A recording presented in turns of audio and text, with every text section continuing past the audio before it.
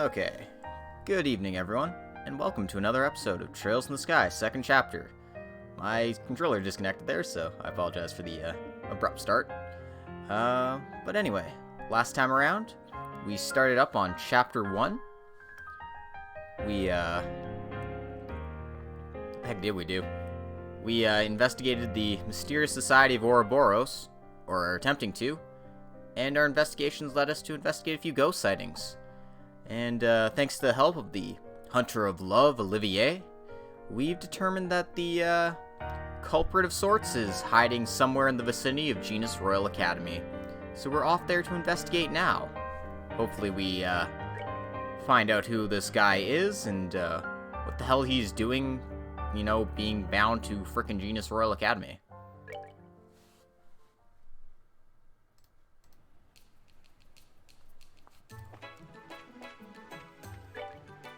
In any case, we've got Olivier with us, as well as the photographer from the Liberal News, Dorothy Hyatt.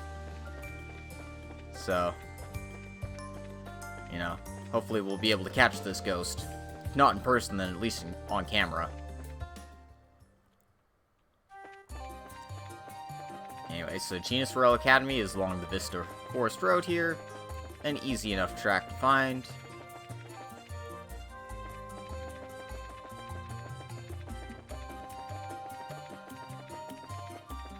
Lo and behold, we are already there. They're nice enough to open the gate for us, too. So, this is our first time seeing the Royal Academy in this game. But we had quite a show to do here in the first game of the series.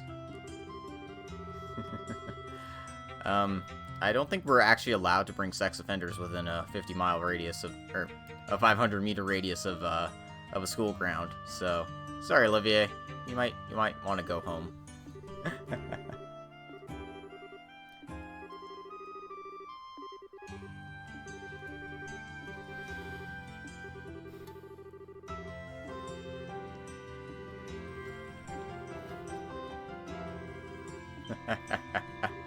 Wait, what? Is this true? What a tragedy that I should miss Joshua at his most graceful and alluring. We simply must find him and have wear such splendor again. Oh, jeez.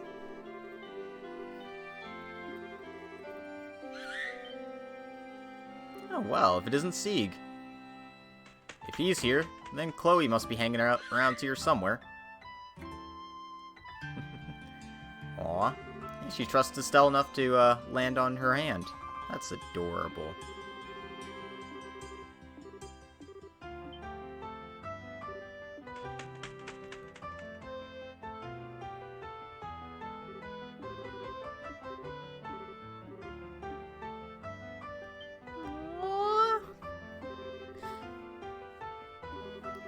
Such a good girl. Why is everybody in this game such good people? Can't stand it. Only known each other for so short a time, but they care so much about each other. It's great. I love it.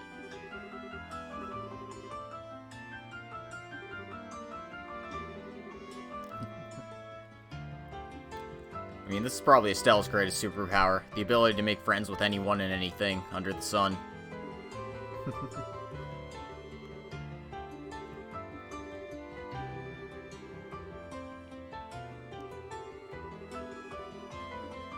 Well, the dean wants to see us, so let's take care of business before pleasure.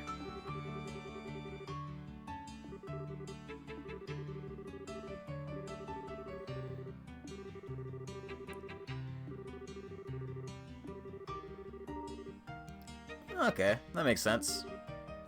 Luckily, these bureaucrats aren't being obstructive. Unlike most of the bureaucrats I've known in my life. So that's going a bit into things.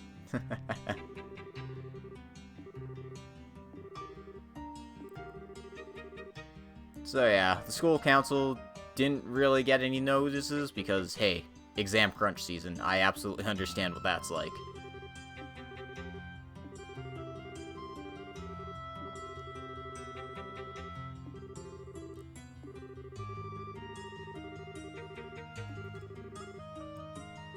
Yeah, man. Exams are intense. You gotta put everything you have into them because they're usually something stupid like 50% of your grade, 70% of your grade. I had an exam that was 90% of my grade once. That was fun.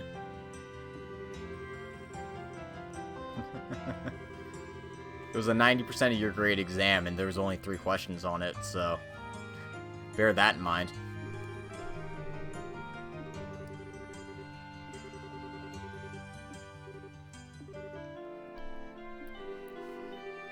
Of course, saying there are 3 questions is kind of a bit misleading because they're like, they take 40 to 50 minutes to do, so. Whatever. Again, reminiscing about the good old days won't get me anywhere. So, Agate and Jill will be questioning the teachers and the rest of the staff. Hans will check out the records in the reference room, and that leaves us in charge of the students.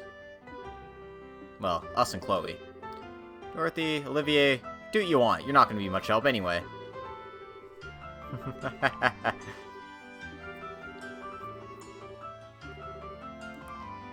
And once we finish our investigations, we'll return here by sundown. Hopefully that will, that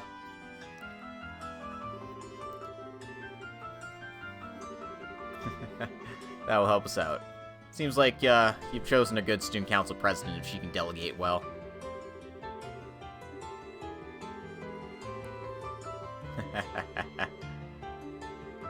It's okay, there'll be another mayoral election in 10 years. Oh, right. Constitutional monarchy. Never mind. Sorry, it's not even a constitutional monarchy, it's just a monarchy.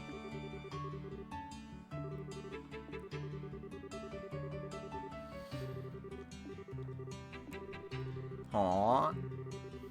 Alright.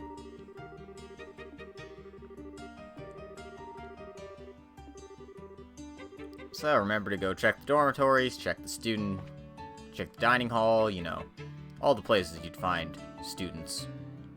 Hans is hard at work looking down the reference room here.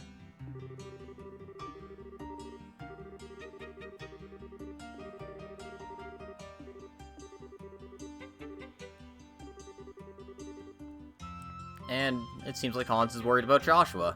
I mean, they really bonded over the past week, so that's nice to see.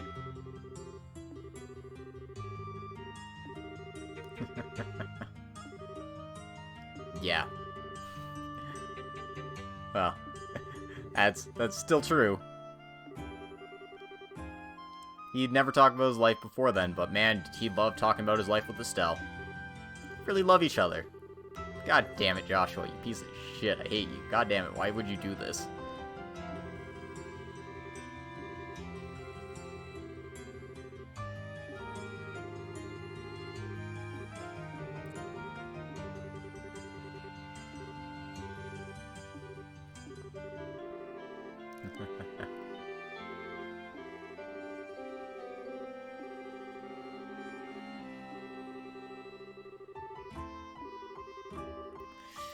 Yeah.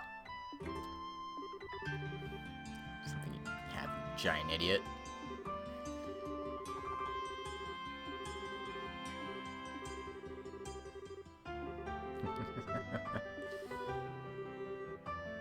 Yep. I'm gonna drag him back here and make him apologize to you, Hans.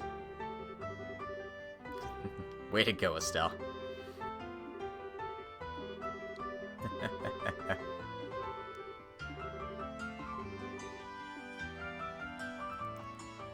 Ah, man.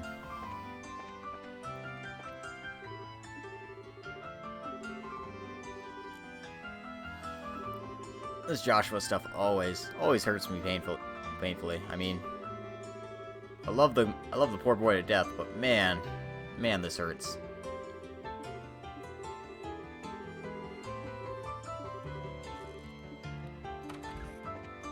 Well, enough about that. Have you seen any ghosts lately?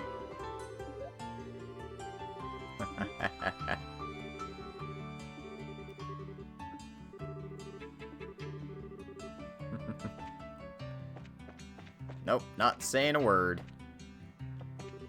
Seems like Dorothy's got the mess hall under control. So you can buy some recipes here. Stuff we already have, but it doesn't hurt to have a bit more. Does it? Alright.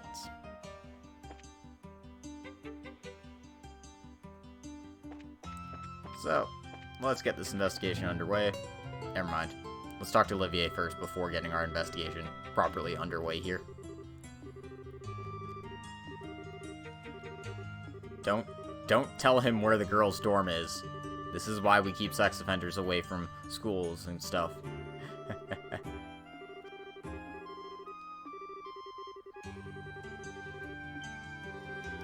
Yes, incidentally, Estelle.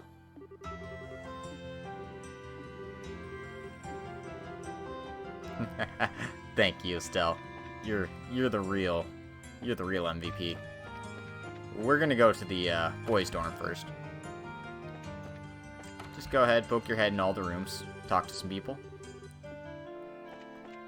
Argyle doesn't give us much help. Nobody's in this room.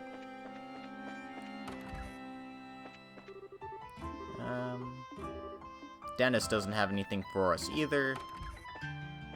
And it doesn't appear like there's anybody in this room. Okay. So that was a pointless little excursion. We'll go to the other side, check on the girls' dorm. Nobody in here. Nobody in here. Ah, this looks promising.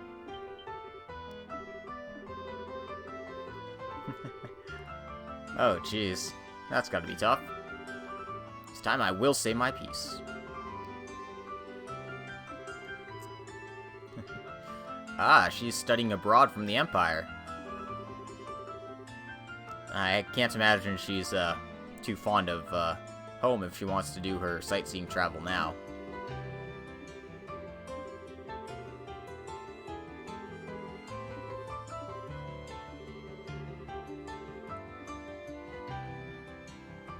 Hi, guys.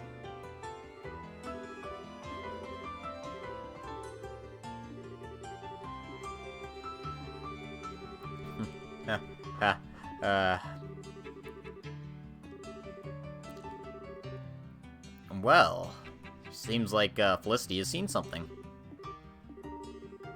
Oh, Raina as well, so, I mean, two people saw it, so it's obviously...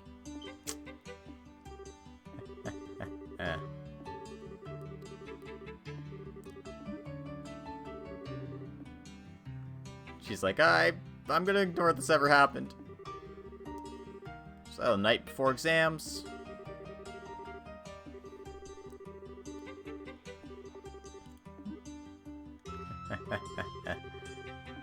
And it head towards the back of the schoolhouse. Aww.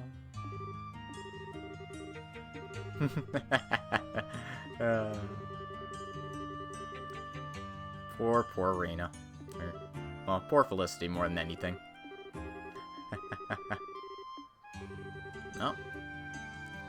That sounds like pretty damning testimony, but we might as well check the other areas of the school, see if we can get a little bit more than that. So we've checked the dorms. We've checked the clubhouse room. Our next destination will be the schoolhouse proper.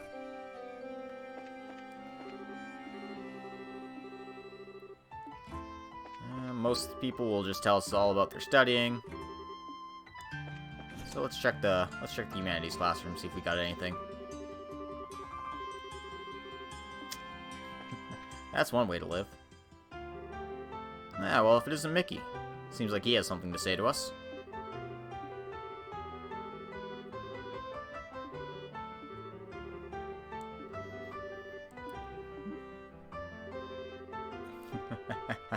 Oh, sounds like he saw something too.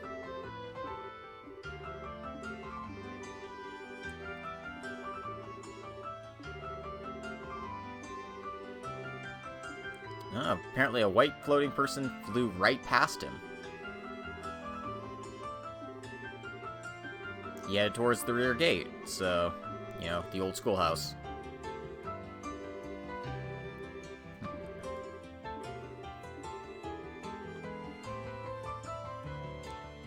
Seems like we've got enough to prove our point, but there's a little bit more testimony we can gather before calling it a day. We've got Agate and Jill cruising the faculty lounge.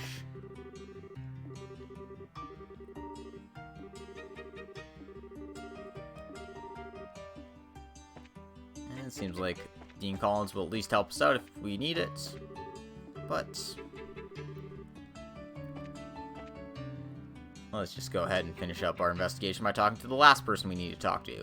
Patrick. No relation to Patrick High Arms.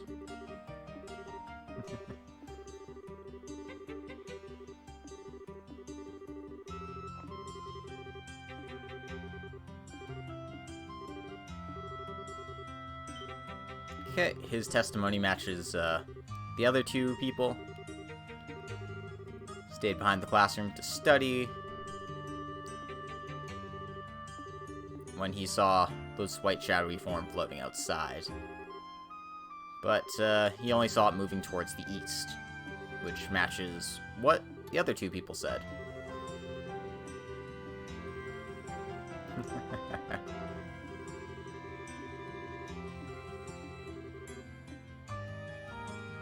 So yeah, that's everyone important we need to talk to. But we can talk to everyone else in the area as well. Because, I mean, why not? Who knows? Maybe we'll find something important. Hey, it's me. What am I doing here?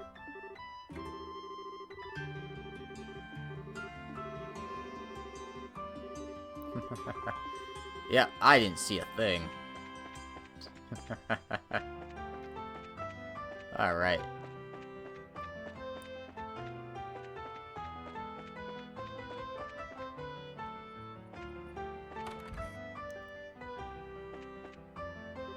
So there's one more thing we have to see. It's a scene at the auditorium here.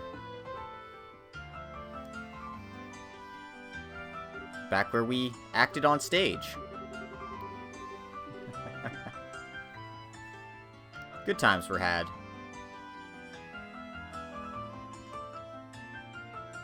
Chloe, you kissed my man and I hate you.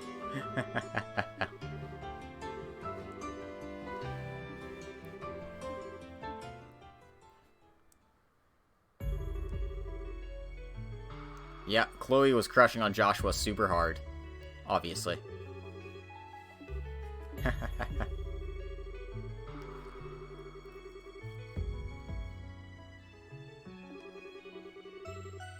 Yep. That's understandable. Oh, damn, Chloe.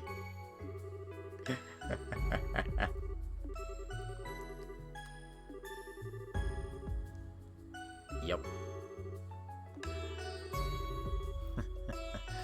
Ooh.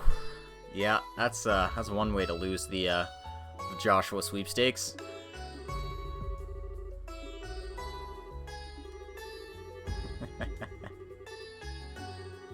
And I pay you a compliment. You poke fun at me. Come on, Chloe, I was serious.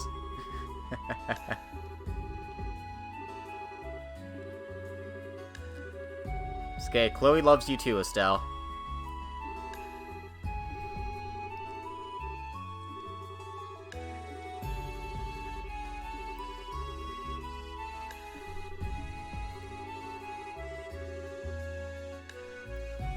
And it seems like, Queen Alicia wants to make Chloe the next Queen of Liberl.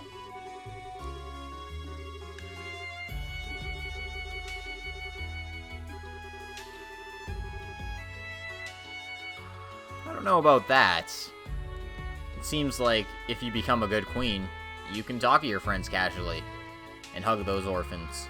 Maybe not attend class in the usual sense, but still.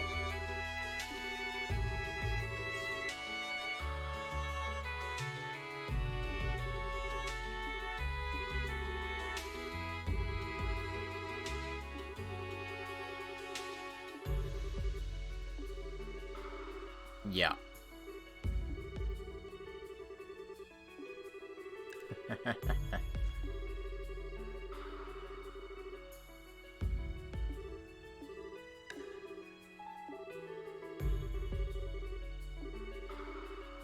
Yep.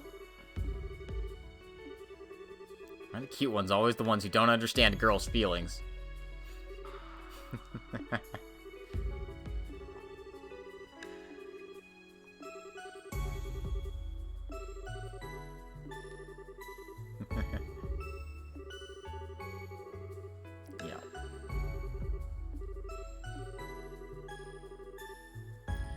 She's still crushing on him, just a little bit. But she'd rather have Estelle and Joshua be happy together.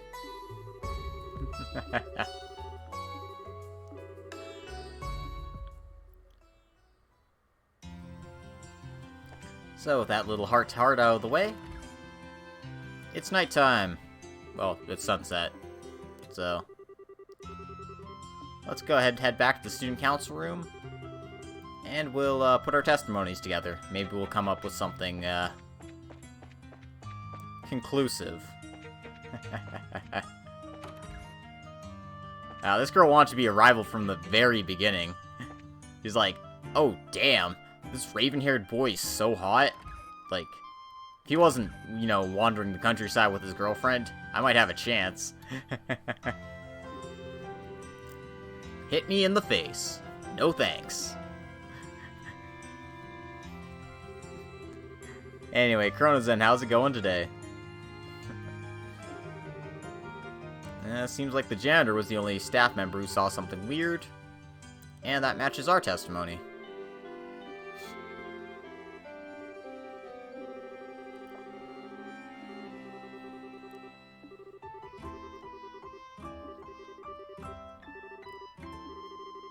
I took 30 pictures of the students and teachers, and 50 of the school scenery.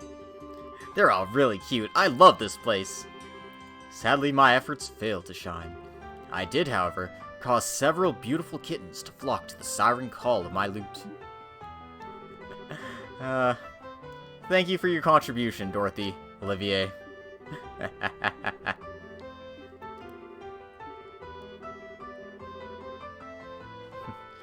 Why, did you make the baps too big?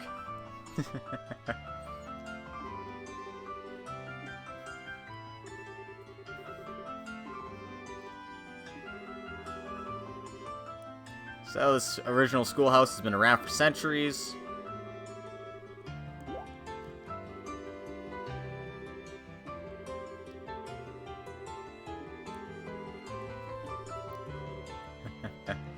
Sounds like a intriguing place.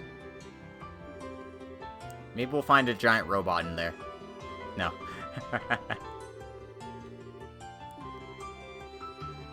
Doesn't seem that late. I mean, yeah, it's only sunset. Let's just deal with the monsters.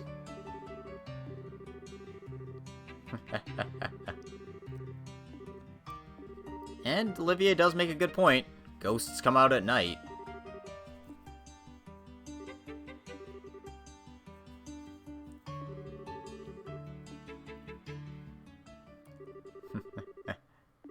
Well, I'll be. Looks like our white shadow has made an appearance. And doesn't he look familiar? Oh. Understandable. Ha, ha, ha.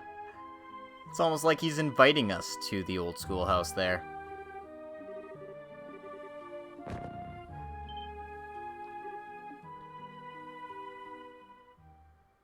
Oh no. Ghosts!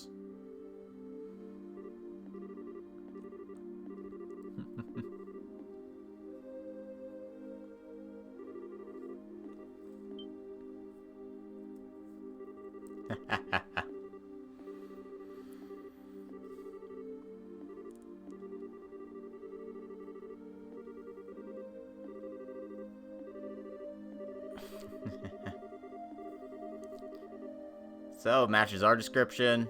We've got more than enough reason to charge into that old schoolhouse. I don't know if this is a spook, or a dude with an airship in his pants, or whatever. He's gonna run around looking crazy and scaring people, making them faint. I'm gonna beat him to a pulp once and for all. Now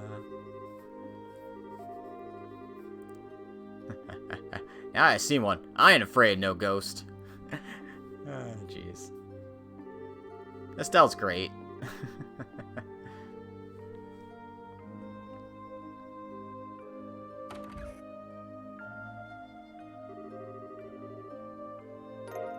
Alright, and with that, we've got the back gate key in our hands.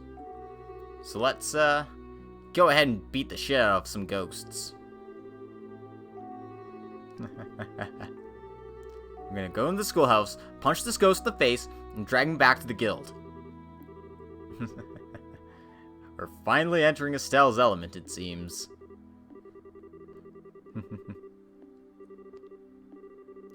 And Olivier's, you know, at least thoughtful in saying, hey, we need people who are skilled at combat only, please.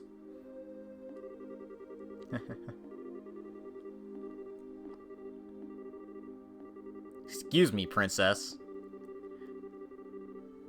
Yeah, well, Chloe's the best healer in the game, so it'd be kind of stupid not to bring her around.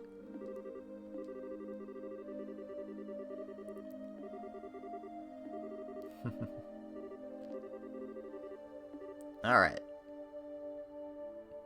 Who you gonna call? Ghostbusters! So, before we head off, let's, improve, Chloe's quartz some.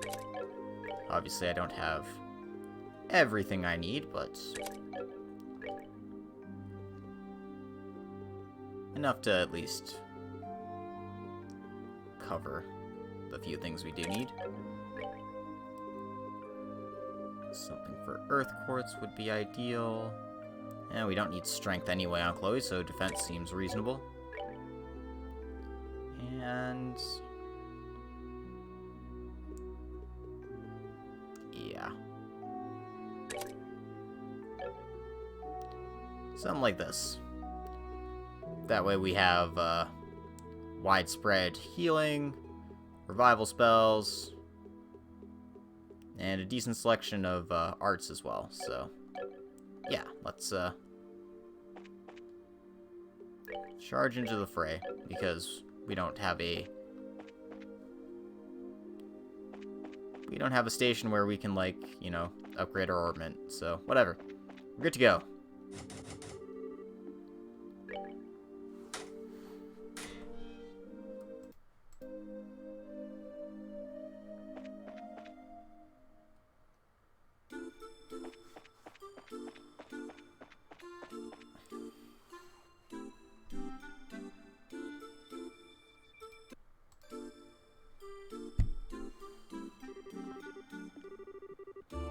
Well, we haven't explored this area at night before. Let's see what it's like.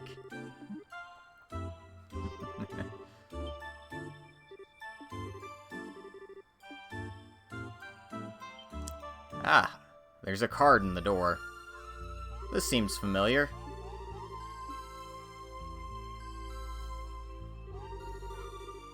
Oh, uninvited wanderers, welcome unto my transient abode. If you do not fear the curse of 1,000 years, then hasten to join me. The first curse is in the great room. The hollow flame shall guide thee. The card was engulfed in flame and burned away. Because stage tricks.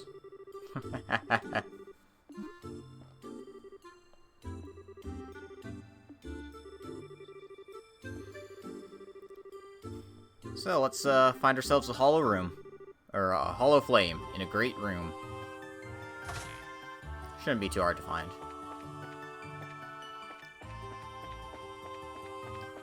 So, a hollow flame, or perhaps a candle that's burnt out.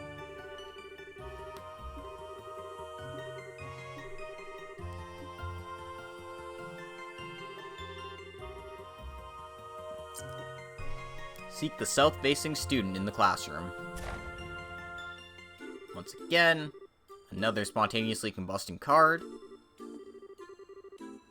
And we need to go find ourselves a south-facing student. There's 4 classrooms, 2 on each floor. So just keep your eyes out. We are currently facing southwest.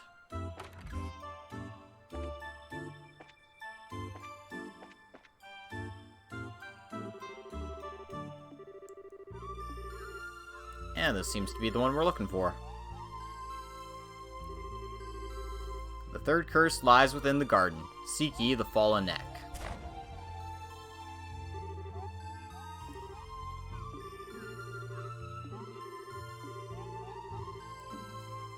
So, where have we seen a garden in this old schoolhouse before?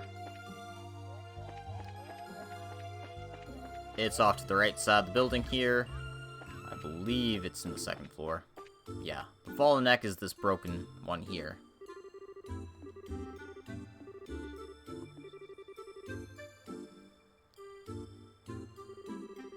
Now thine curse is realized. Overcome the final trial and stand before me.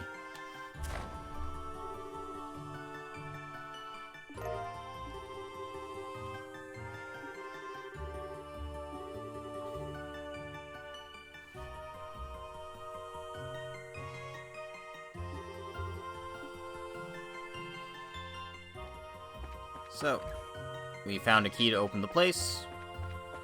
Let's go ahead and take a look around, see if we can find where it will go.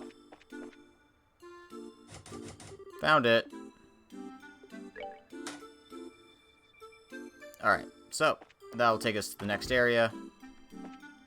Good to keep that in mind, but there are a couple of treasure chests in the area you don't want to miss before you go up exploring. Like this one. 10 of each sepith.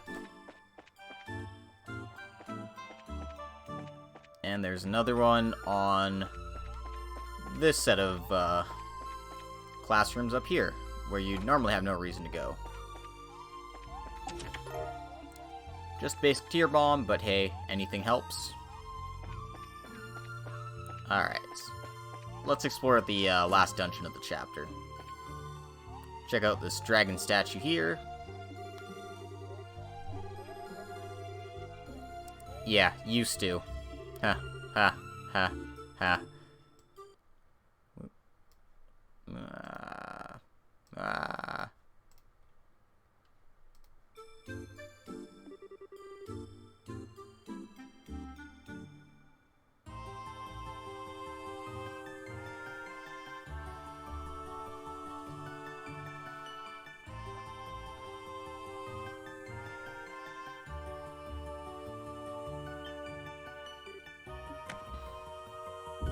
And Agate's found ourselves a little secret passage. Whoop. There we go.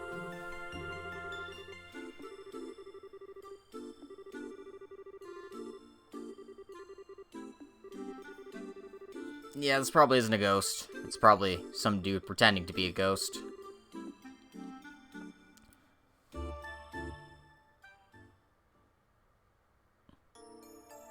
Alright then.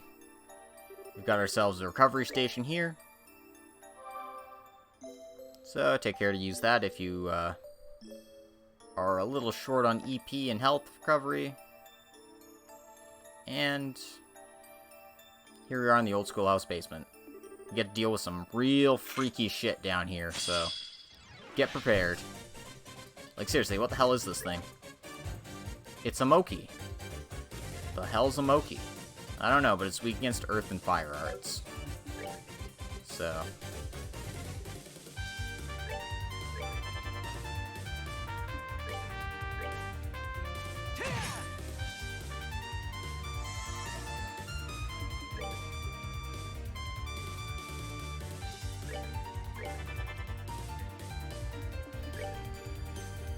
We can try hitting it with earth and fire arts.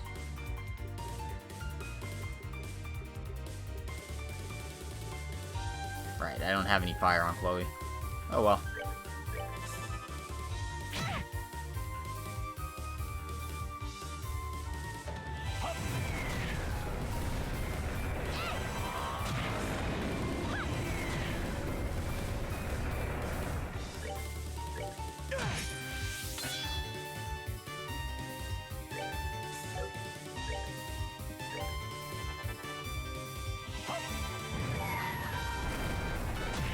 Anyway, we'll finish him off with style.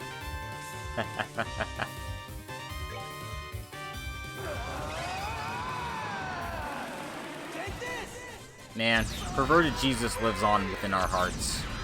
In our minds. He's with us at all times. He's watching whatever you do. Anyway, we got a butt ton of experience because we're really underleveled. You know, standard fare.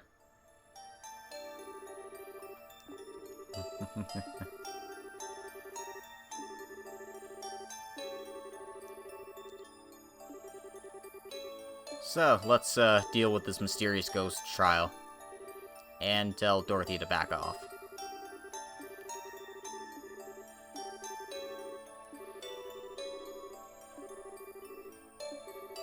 Because carrying around an NPC is a liability in a place like this, so...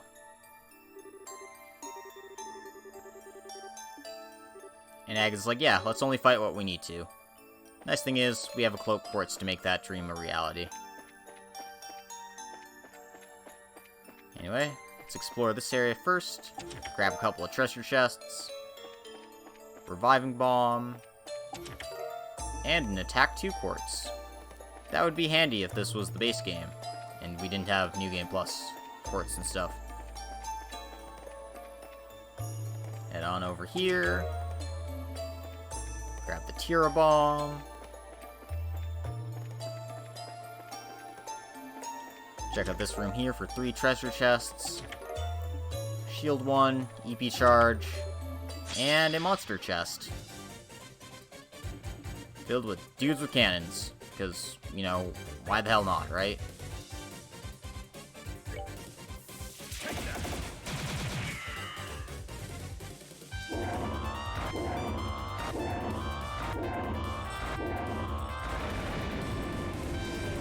And of course, they all buff each other because why the hell not, right?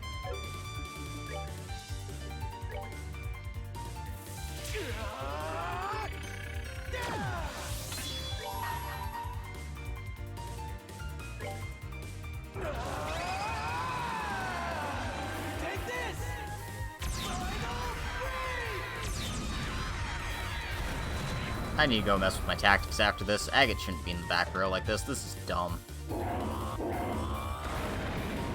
Anyway. One left.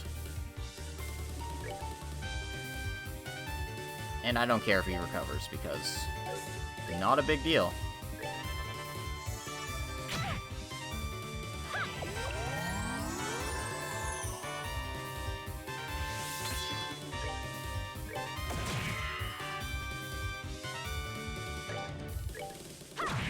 Then we'll stick it to him. Easy as pie. Levels for Estelle and Chloe, some nice items, and the Feather Brooch accessory. Speaking of accessories, we should probably equip Chloe with some decent stuff. Yeah, this should work. Give her the Stregas.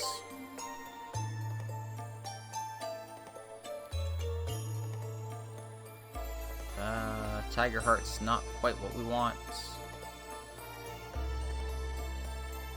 This is good for heavy arts casters like Chloe, but it does come with the serious downside of reduced movement and speed, so you don't get as many actions.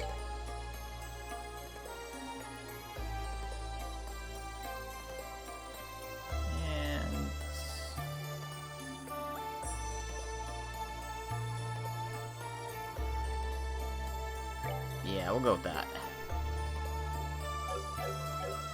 Buffer arts as much as you can. Obviously, it'd be better if she had her orbment decked out as well, but we don't have the Sepith.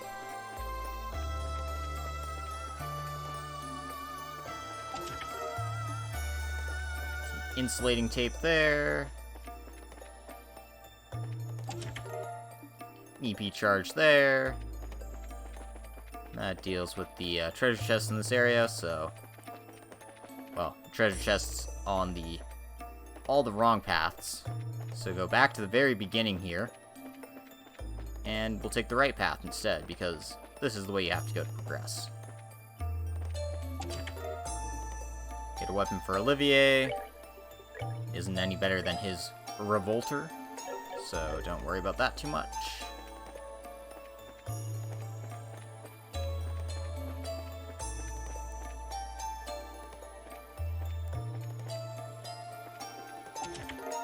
Check the doors here, get a Genus Blazer, and a Tear Bomb.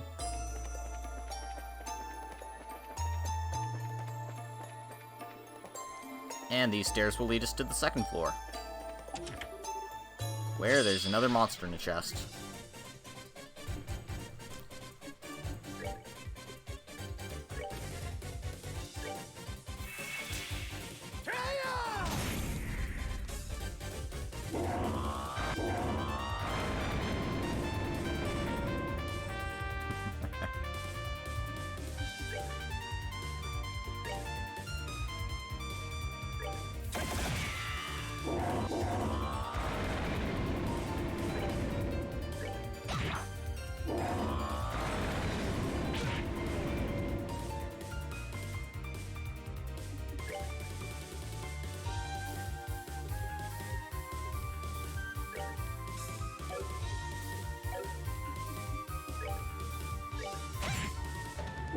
Poke.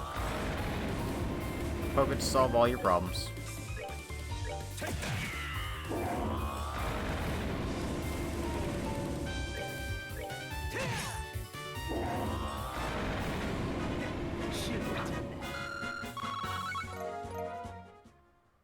A whole bunch of items, and we get a cast 2 quartz.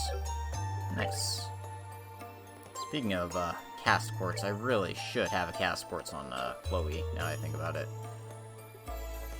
Probably slightly better than the defense one in this instance.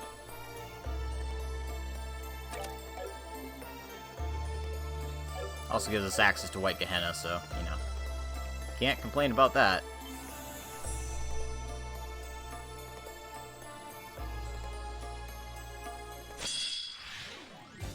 Lo and behold, more fights. Oops, that's not the one I wanted to use. I wanted to use this one.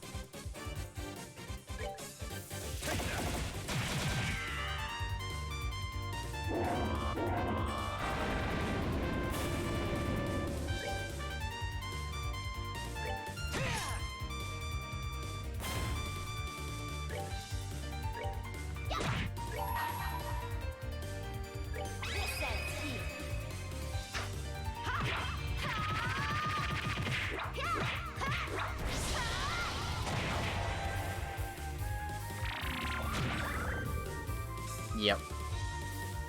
Dick move, dude.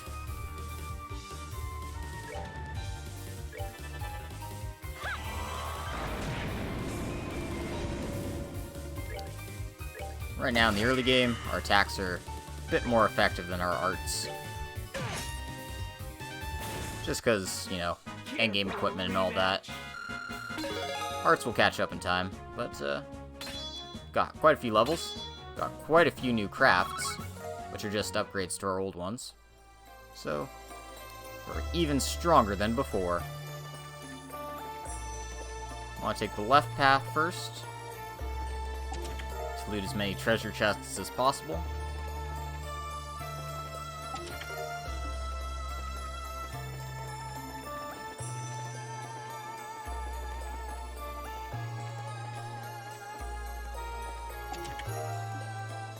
And that one's actually decent, a Zerum powder.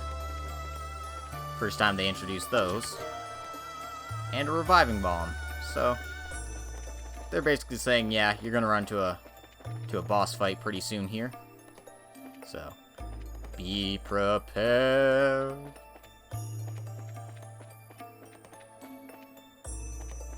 Alright. Lost my bearings for a second.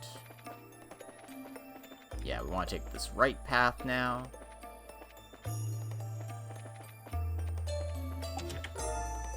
Get the hard loafers. And we're almost done with this area. Treasure chest number 20 is the S tablet.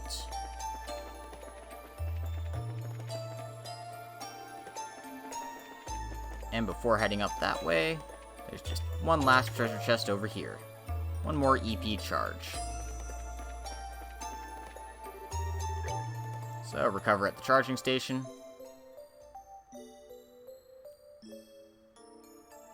Make your save. Just out of habit, I make it on a new save file. And let's handle our boss. Figure out what the hell this ghost really is.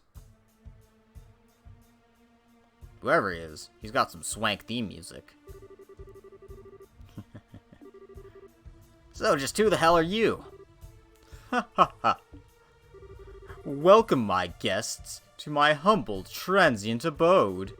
I receive you with open arms. Your host will not disappoint, I assure you. A mask? He's exactly as you and Polly described him, Estelle. So then, you're the ghost who's been disturbing Ruan? Indeed I am, Princess Claudia. It is the greatest pleasure to meet you in person at last. How do you know who Chloe is? My pet, there is nothing, no item or secret on this plane or above, which I cannot take. But I am uncouth, and I have not introduced myself to my guests. Allow me, then. I am Enforcer number 10, the mysteriously, gentlemanly phantom thief, Blue Blanc. That is to say, the Enforcer number 10 of the Society of Ouroboros. Ouroboros? Oh, hell. Such murderous, withering glares. I assure you they are not necessary. Today. I am merely here to perform a simple, trivial experiment. Not even the slightest hair on my body has any intention of conflict with you. An experiment? Wait, that's the Black Orpiment Colonel Richard had. The Gospel. Quite. Except, unless my eyes deceive me, that one is even larger than the last. Interesting. It is as he said then. You already know of these. The Gospel I hold is a new model, developed for the purpose of experiments such as this. It has proven quite the aid in my tests over the past few days. Tests? What tests? What indeed? As they say, a picture is worth 1,000 words. Allow me to show you, in person.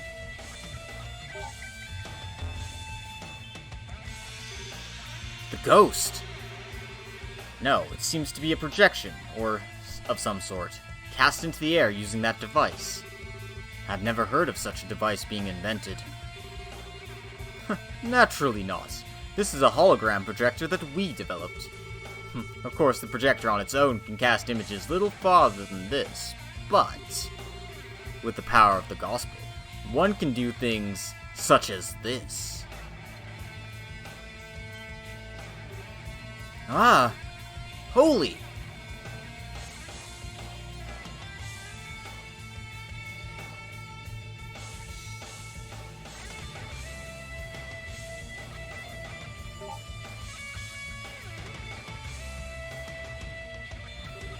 Well, the concept is clear enough, I think. The good citizens of Ruan received a once-in-a-lifetime performance. They should be thrilled. So this was all just a bunch of bullshit pranks, then. Pranks? Such an insult to my performances. 'Twas a gift of enjoyment and distraction, just a city suffering the stresses of a heated election. Can you not see the beauty of such a gift? Okay, I kind of get what you're doing, I think, but tell me, why'd you do all this? Why did you scare so many people? What does Ouroboros have planned? That is not my place to speak the mind and purpose of the Grandmaster. Forgive me. Why I myself am here, assisting in the plan, however, is simple. I have come seeking an audience With you, Princess Claudia. What? Your beautiful pride, which was on such magnificent display when you brought justice upon the old mayor. I agreed to participate in this plan, to claim that beauty for my own. Oh, how I have awaited this day on pins and needles for months. You cannot imagine my joy. What? Justice Spawn, you mean what happened with Mayor Dalmore? Wait, how the hell do you know about that? I was a fly on the wall for that little event. Or perhaps a shadow? Like this, for example. Yep, he was here the whole time. You were in the Dalmore Mansion. A phantom thief is, in essence, a worshipper of beauty. We chase it, we covet it, and that which is prideful cannot help but captivate us. Princess, your pride has stolen my heart. Indeed, you have stolen the heart of a phantom thief. What sweet humiliation this is. My pet, how do you intend to atone for such a slight upon me? I don't really... He's so full of himself he's about to fall over. Sounds familiar, doesn't it? Oh, I beg you, do not compare me to that. So you're an agent of Ouroboros. You aren't what I was expecting, but... You're gonna try and hurt Chloe, I'm definitely gonna stop you. Estelle.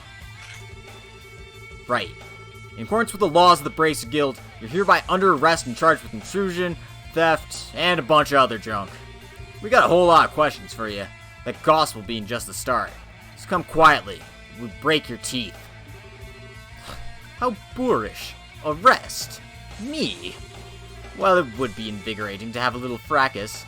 I did choose this place for a reason. I shall allow him to be your opponent, I believe. Huh?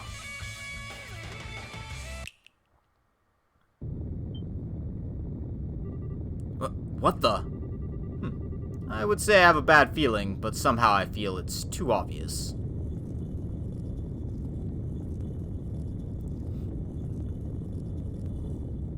Hey, brown banana peel. Yup, it's this fight. See? Old school houses, always full of giant robot knights. Except we can't go inside this one. What the heck is that thing? Some kind of armored centaur machine? Quite. It seems he was once the guardian of this place. The poor chap was half broken when I arrived. I repaired him out of the kindness of my heart, you see. Since he's here, I think he could serve as a worthy opponent. Don't you? You have to be kidding! Here it comes.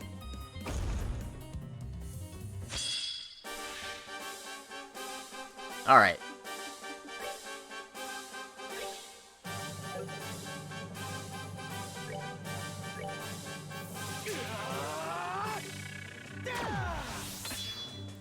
Let's solve our problems by yelling.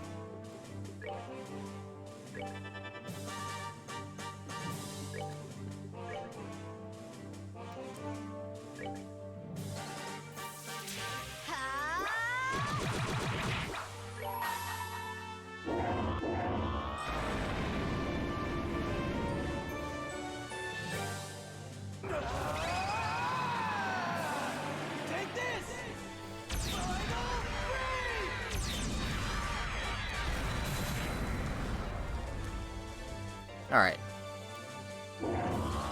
Ad's taken care of.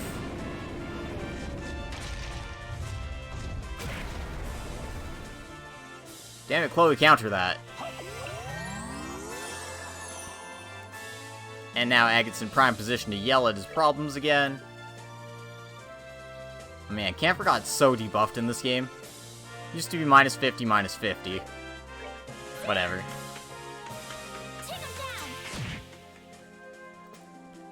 Still worth it.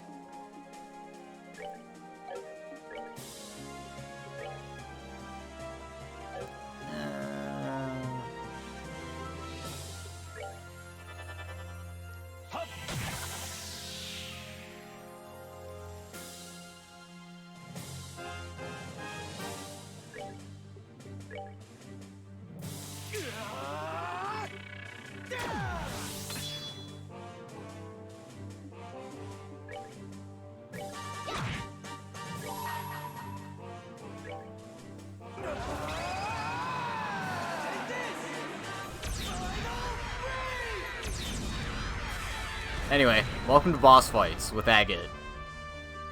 You scream a lot, you final break a lot, occasionally you dragon dive.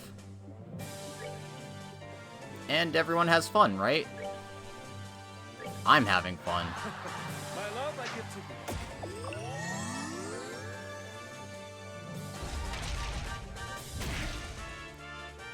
you. Yeah, you focus on Estelle all you want, honey.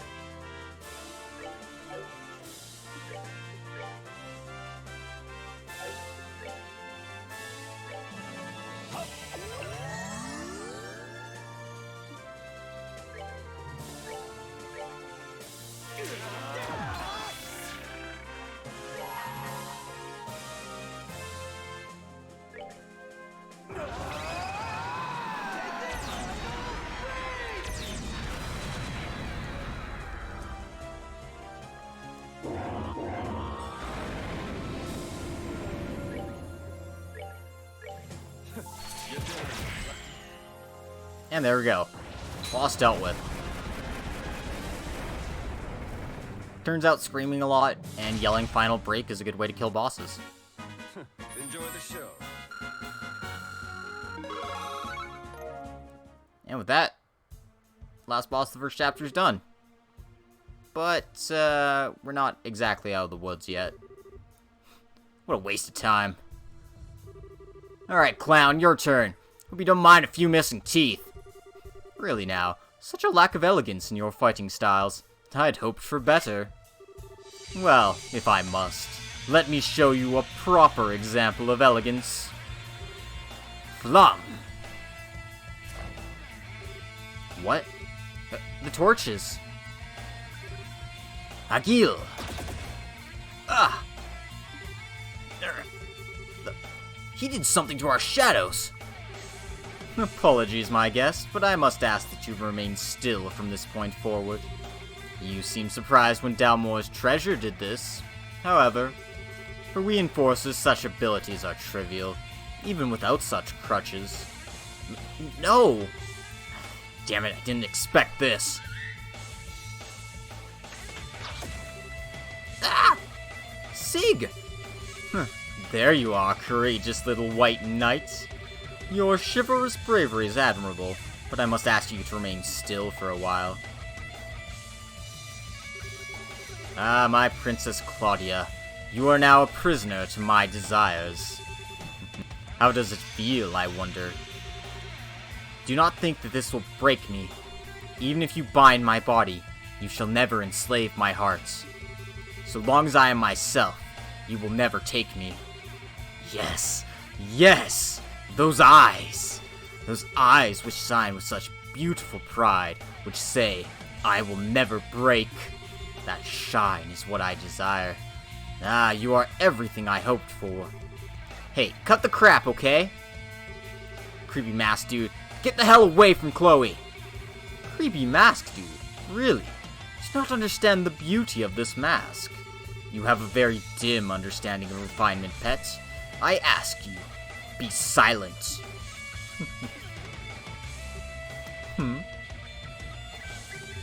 Ah, my apologies. You've simply made a very crude mistake.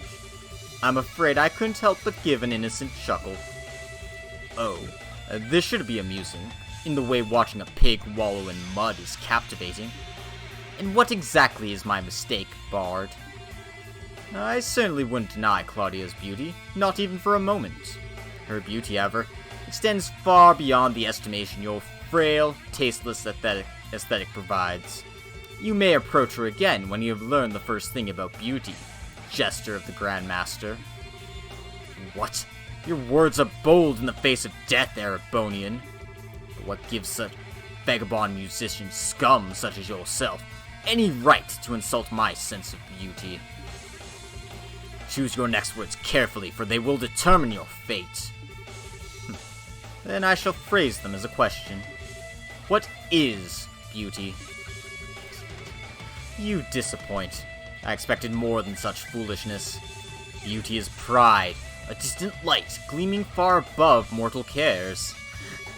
Indeed, can any other answer even be allowed? I think not. Really. I can't even laugh at such an answer. True beauty, Blue Blanc of Ouroboros, is love. What? Beauty only exists because people are brave enough to love. And without love, without the bonds of affection and camaraderie that bind us together, beauty is naught but a hollow illusion. The prideful and the humble both shine as a diamond in love. How childish! Love is the hollow illusion, you cloddish strungler! Beauty is an absolute. Its existence does not depend on transient human emotions. Yes, just as the flower that blooms on the highest mountain, unseen by man, remains beautiful in anonymity.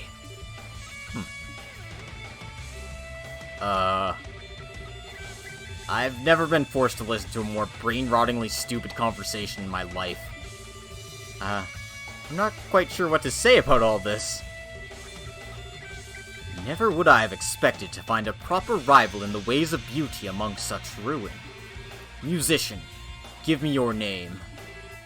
Olivier Lenheim, a wandering bard and hunter of love, roaming to and fro in search of its perfect manifestation. Olivier Lenheim. I shall remember that name. Hey, I finally found you guys! Sorry, I know you guys said to wait, but you were so late, I couldn't wait anymore! Dorothy? Oh no, Dorothy, run away, please! Huh? Hey, a masked man in white clothes! You're the ghost, aren't ya? You are! What? Oh well. Okay, say cheese! What? Oh, I can move again. Well, hey, the flashbulb wiped our shadows. What an astounding girl. Photography and perfectly timed terrorism, all in one package. Leave it to me, even though I don't know what I did.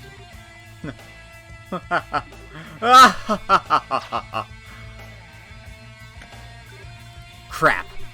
The gospel. It has been an age since I've been entertained, so you have my thanks, my guests.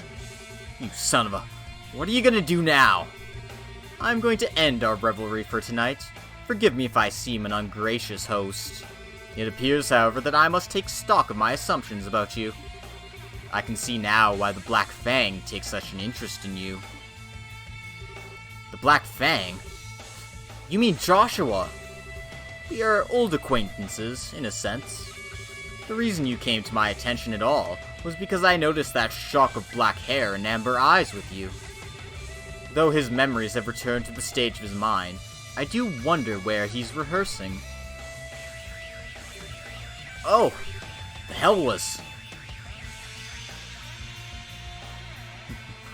Yep, welcome to the best rivalry in the series. The true plan has but started. I would gird yourself for long labors and suffering ahead, if you intend to oppose us further. And I do intend to keep our little game going on the side. Till next we meet. I love these idiots. These absolute morons. Oh, jeez. Well, we've discovered a new rival in beauty. For better, and mostly for worse. Yeah, he might look like some pervo ballroom freak, but his power is definitely not normal. We're in way over our head. But it's fine. We'll be fine. And we've solved our mysterious ghost incidents. So, thank goodness for that.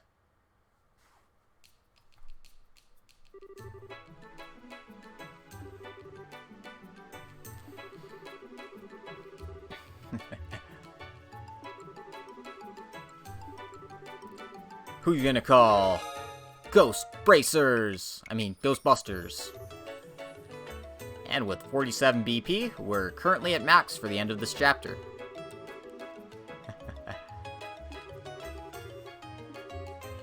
So, we'll pass along our information to the army, and hopefully, we'll get some more insight on that. Whatever the hell we're dealing with here.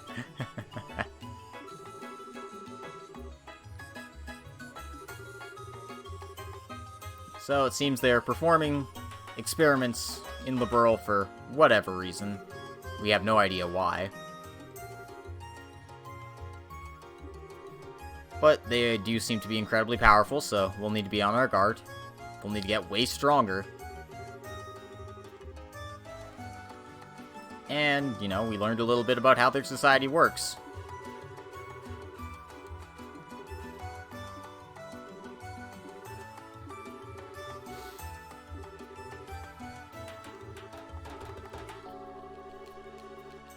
Yeah.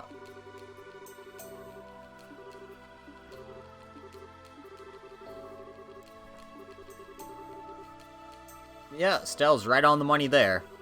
So let's, see if there's anything else suspicious going on in other areas.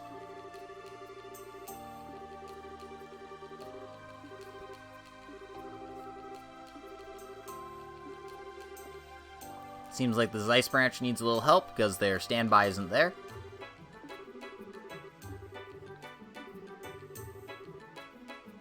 And the Bose branch is, sending some help as well, so they should be alright. And since we observed a new gospel, any excuse to check on Professor Russell seems like a good idea.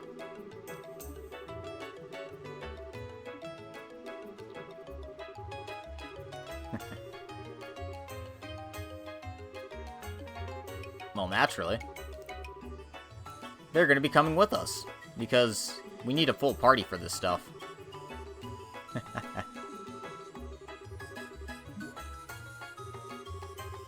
Leaving your total friggin' insanity aside for a second.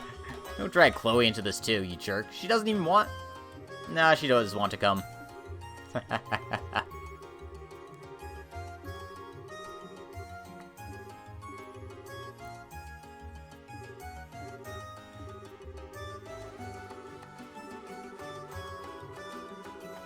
So, Chloe has all the credit she needs anyway, so... Yeah, she's free to come along.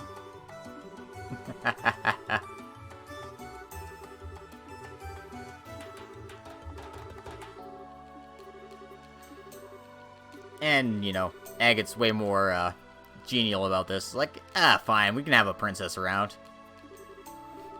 After all, she kicks ass in battle. That's the most important thing.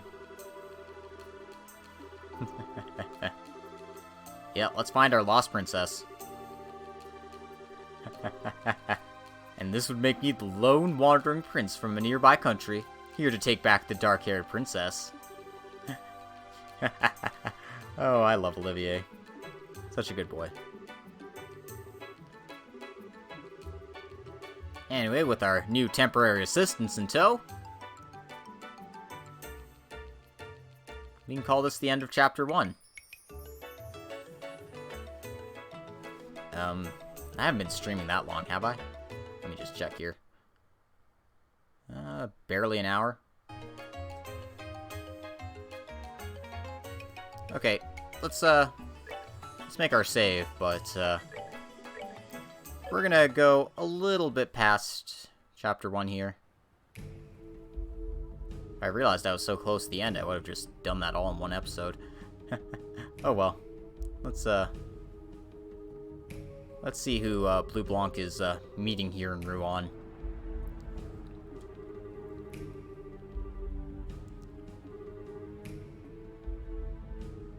Ah, if it isn't Lieutenant Lawrence. Or rather, Louvet.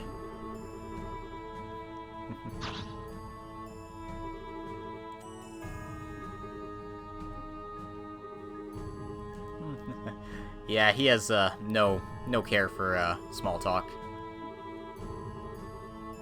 I'll take that as a report of, I really like them then. It's a miracle I yet live, I tell you. Oh, God.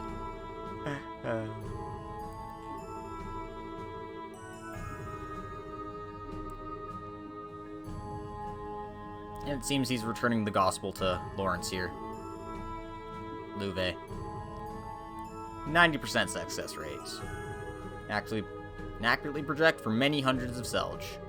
The first 2 projections were miserable failures, but after that it seemed to work flawlessly. Interesting.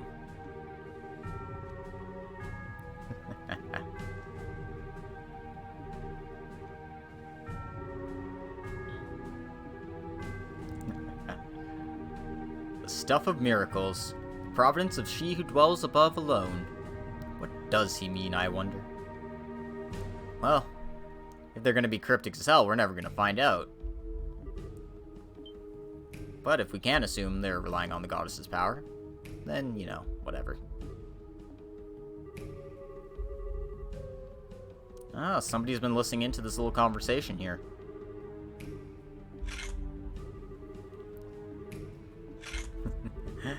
Oh no.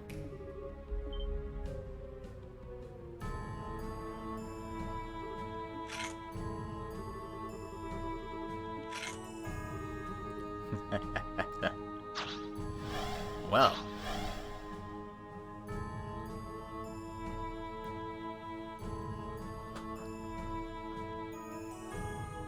Luckily, it seems these enforcers act with some degree of discretion, not just randomly attacking random people in the middle of the night, because they might be seen.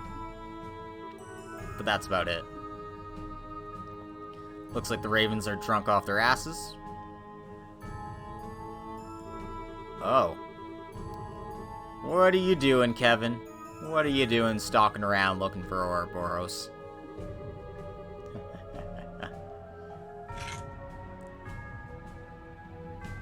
I mean, I know you can hold your own in combat, though, but against the 2 of them, I think you'd be in trouble.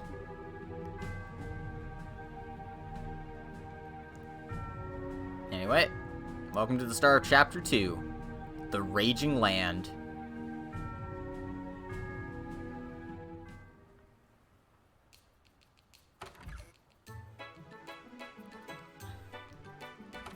So, we're off to Zeiss. Almost. We got a few random side quests in town to deal with. So, we're gonna go take care of those before calling an end to this episode. Just because, you know, an hour is a bit too short for a single episode, I think. Especially if I'm gonna try to beat all 7 games in the span of 2 months. And also, since I won't be able to stream tomorrow due to work circumstances, so, you know, I'll do the best I can. So, they're all like, yeah, let's wander off to Zeiss. We got a few things to do first. Try to upgrade our slots as best we can.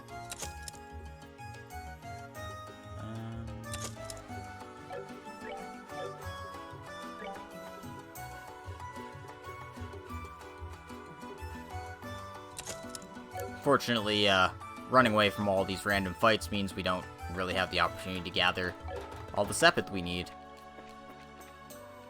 But it's fine. We'll be fine. Anyway, so check the guild board, because we got 1 new quest to do. There's a issue at the Laventar Bar and Casino, so let's go see what the hell's up with that.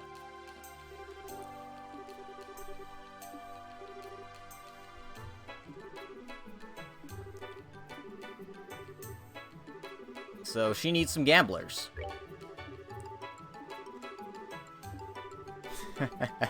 Do anything to make my husband lose at gambling.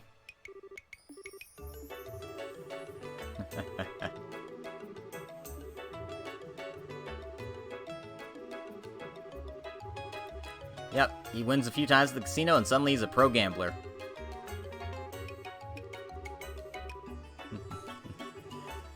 Alright, let's show him our poker skills. And she's even nice enough to give us 1,000 Mira.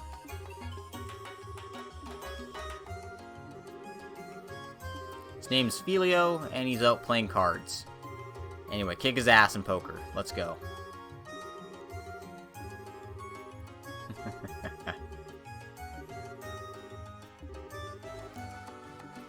We need to win with strategy.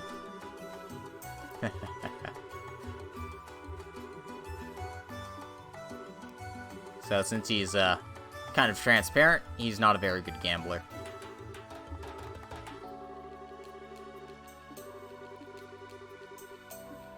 Alright. Hope you're ready for some gambling fun. Fun, fun, fun.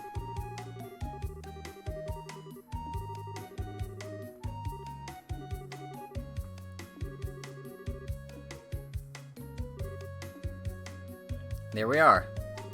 It's the only guy in the casino who isn't a dealer.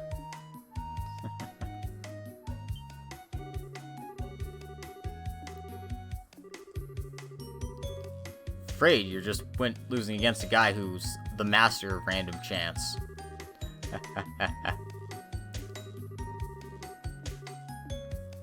Alright.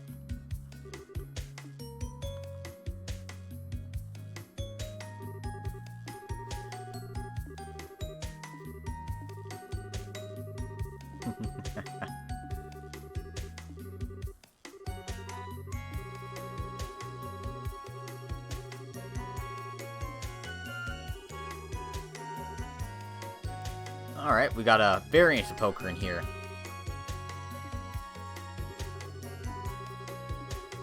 Both sides choose a lineup of contenders and settle the matches over 3 rounds. Each round's normal poker, and the first team to win a match wins. However, you're only allowed to fold once. Seems like a pretty good plan.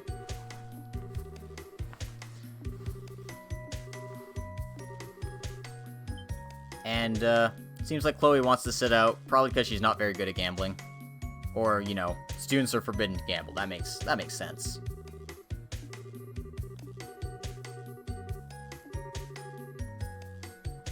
Man. What awful restrictions. Schools that don't let you gamble? Well, I guess our competitors are Estelle, Agate, and Olivier.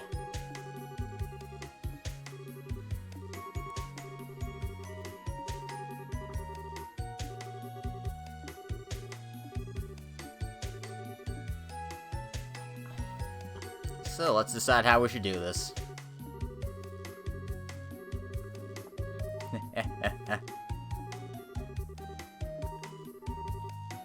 So, seems like Agate's a decent gambler, Estelle's not much of one, and, I mean, Olivier is probably an expert, given his, given his natural talents, so he's gonna go second. And Agate will go first.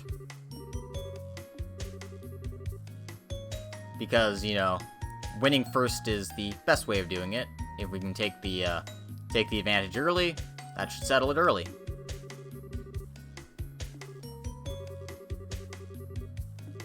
But as long as we win. Poker face is on, comrades. Let's go. Let's gamble.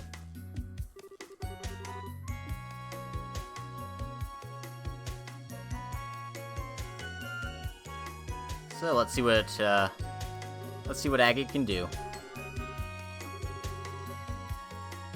So poker rules are standard, but there's a hierarchy among suits.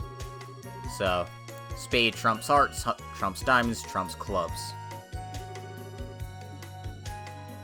Just in case you get 2 pairs of the same thing. Pair, you know, spades are better, that sort of thing. This isn't a very strong hand.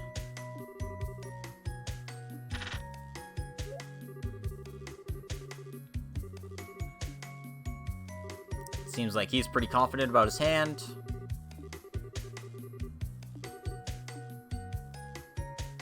But, you know. They're giving you little hints about what he's got, so... Olivia's like, yeah, his hand's actually not that strong, because he'd be less about this. So we could try aiming for the risky 4 to 8 straight, which would require us to dump the king and 10, hope for a 6 and a 7, which is not very likely. Or we can see what we can get with this high card king. Again, not very likely we get something good, but a pair of kings would be probably better than trying to shoot for a 4 to 8 straight. So we're gonna go with this.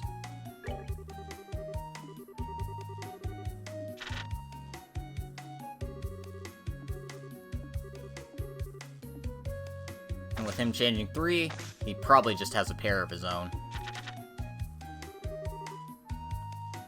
If that. So, yeah, we didn't get anything at all.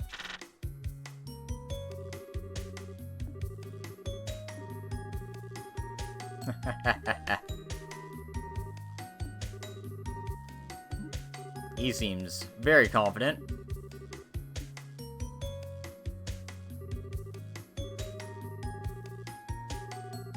So, do we challenge with this hand or not?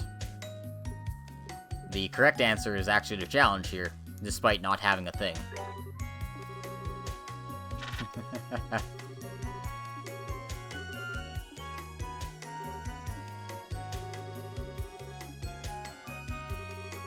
You sure yap a lot. I set out a challenge. Shut up and decide if you'll take it or not.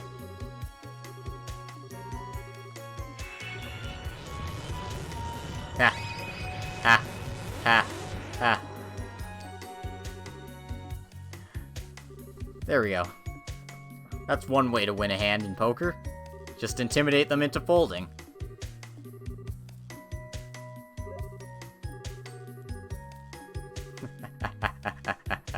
Oh, jeez. That's one way to win a hand of poker.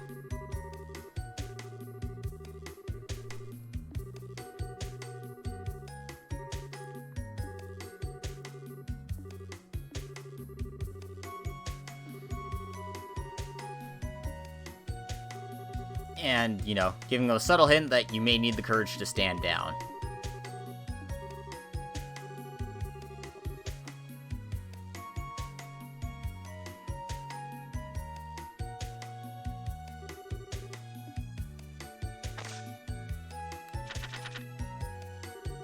Alright, a solid pair, but nothing impressive.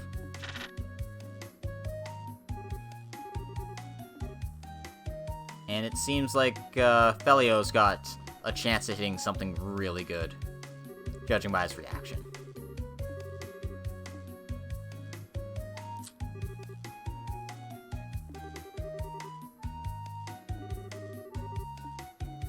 So, should we exchange all of our cards leaving the pair? Or just exchange one of the cards? We want to exchange everything except the pair of 4s.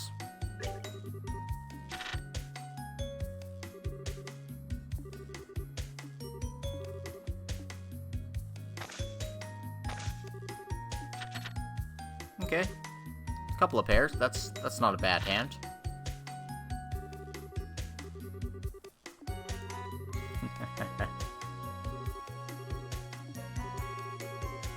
And with our opponent being subdued, maybe he has something better than 2 pair.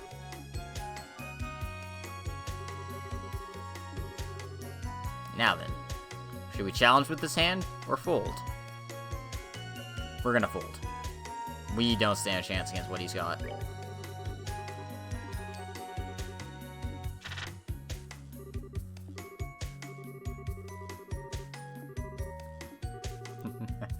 Yep.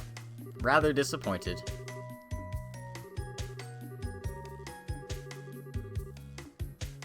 And since neither of us will be able to fold, it's gonna come down to Estelle.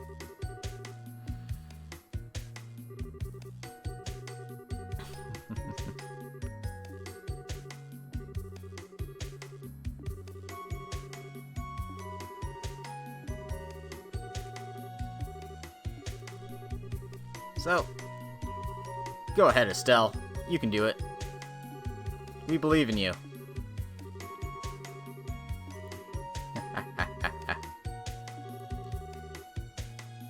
So, a little word of advice. If you're ever uncertain which cards to choose, just toss them all away. It's easier to rebake a cake than to recoat the frosting. That doesn't make any sense.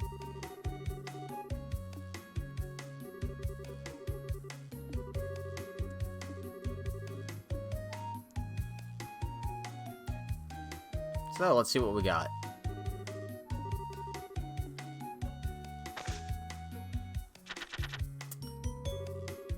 absolutely nothing.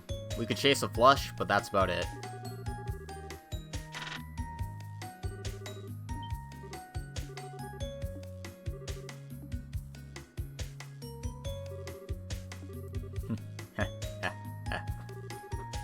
Ah, what a cruddy hand. Oh man, I'm done for.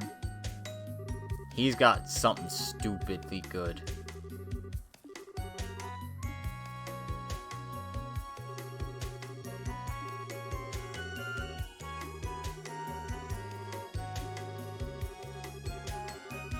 So, go with your gut. Change out all your cards.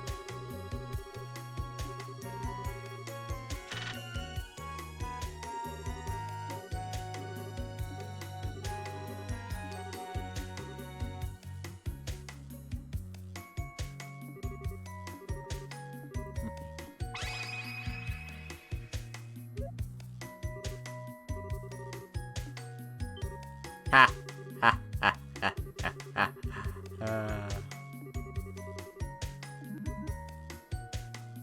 So, a little sleight of hand.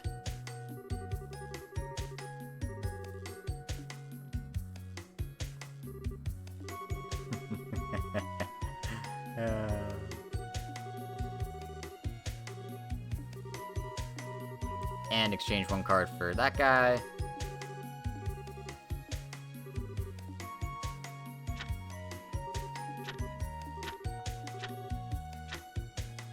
Yeah, a royal flush of hearts.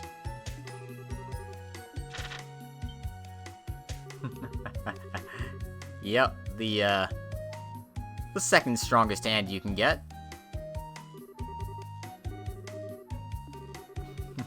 Because, you know, poker luck is insane.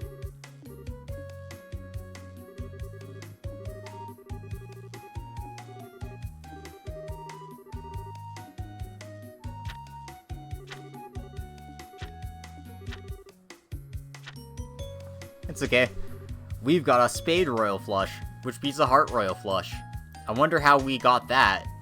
Cheating. Cheating. You know.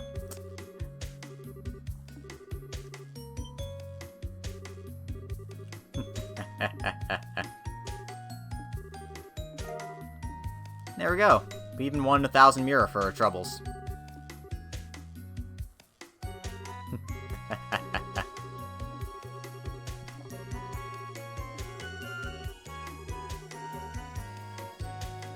Well, if you can't win fairly, win by cheating.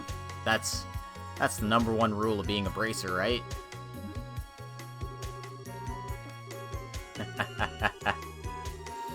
He's been dying to make a move on me ever since. Stop spouting random crap, you dumbass! Come now, my red-maned beau. There's no reason to hide your feelings. Or are we playing hard to get? Oh, Agate, you shy little boy. This is an adult conversation that I don't want to be a part of. Oh, jeez.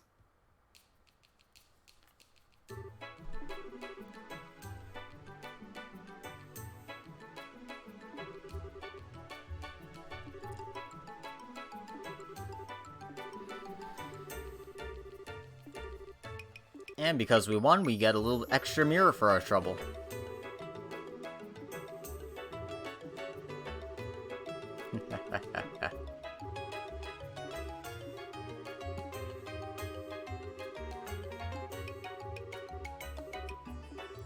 Well, I mean, might be a silly request, but we help the people no matter what. And if we're having fun too, I mean, why not? Anyway. That's one side quest out of the way, but there is one more to do in this area. And it's hidden, and it's super annoying, so hope you're prepared.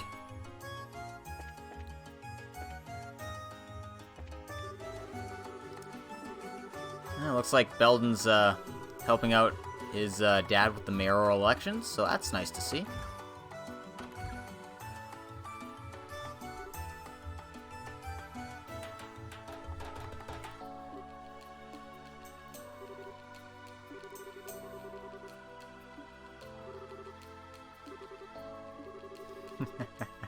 It looks like Dorothy's all tuckered out.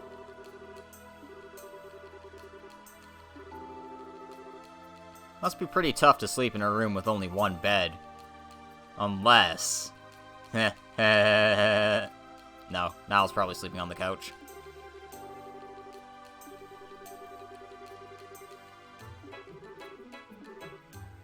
We might as well tell Niall about what exactly happened in the old schoolhouse there.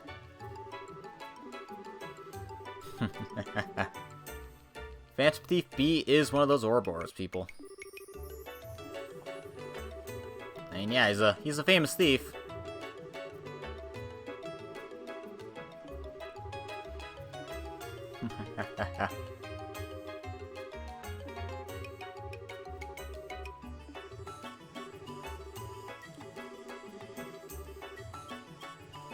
And since the Guild and Royal Army have asked for radio silence on the Society, we're gonna have to keep all this hidden.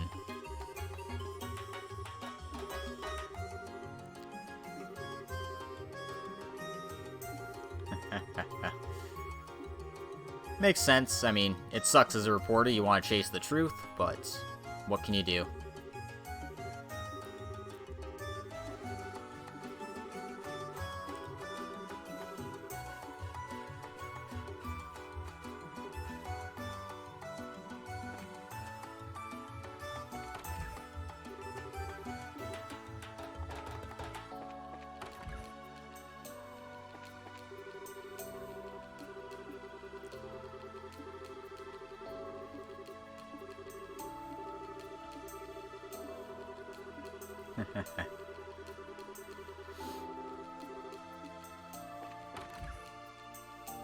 It was in the basement, wasn't it? Or am I missing something? No, I don't want to be in here.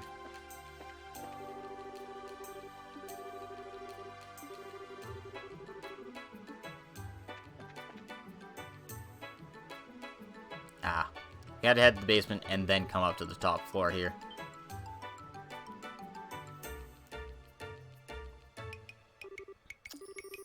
We need to do some investigation work. Yeah.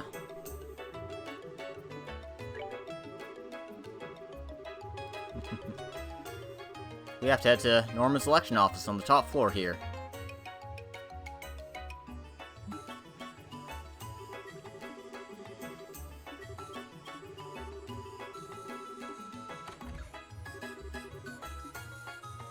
I'm gonna get some water. That's a lie. I'm gonna get some pop.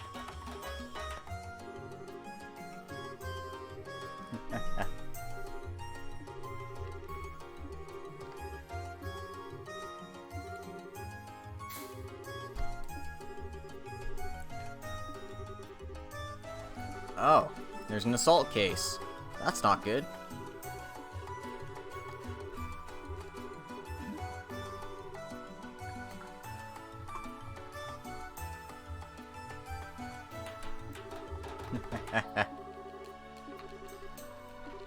Guess he was attacked from behind, and we need to find out who did it.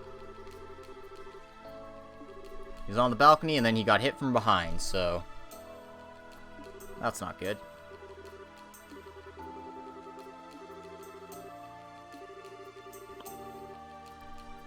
So he was attacked today, right after lunch.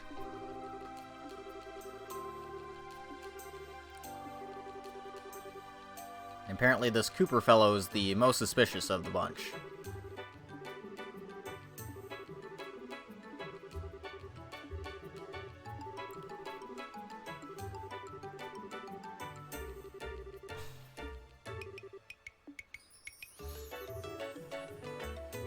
Ah, he's the person who found him, so makes him the most suspicious, I guess.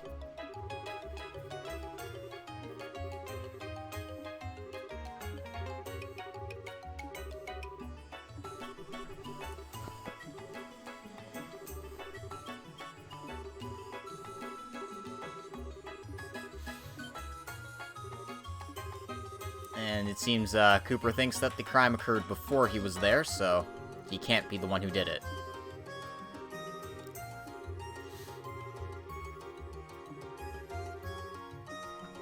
Yeah, people come in and out of the selection office, so it's not It's not much to say anyone coming in or out is suspicious or something. So, let's start our investigation by interrogating our people.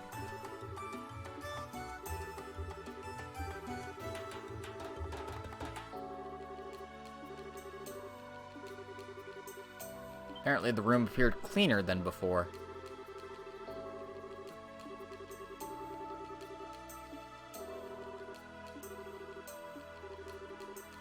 I was waiting for that question.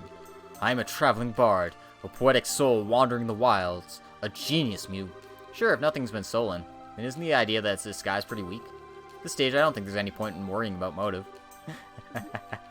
Oh, I love Olivier being ignored like that.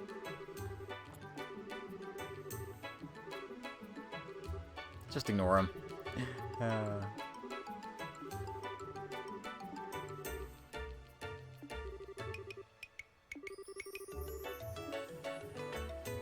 Alright then. So, mysterious assault case. We have no idea who the suspect is. We might as well just ask around. Since these two are our assistants, let's make them assist.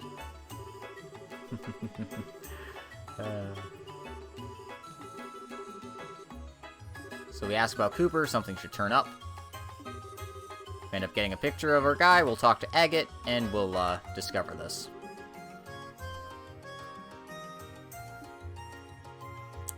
Alright. Let's ask Cooper about himself. If we'd been fighting, someone would have heard a sound, but no one said anything, did they? So, since we got that... we got that little hint from Cooper, let's go ahead downstairs, talk to Belden, see if he heard anything. Ask him about Cooper. He seemed angry. Ask him if he heard anything. He didn't, but ask him what he meant by angry.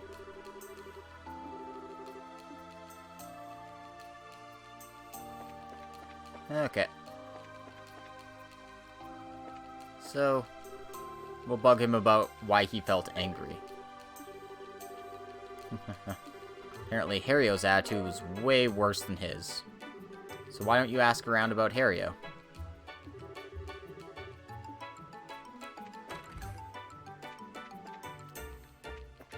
So what we have to do is go down here, and we ask about Harrio.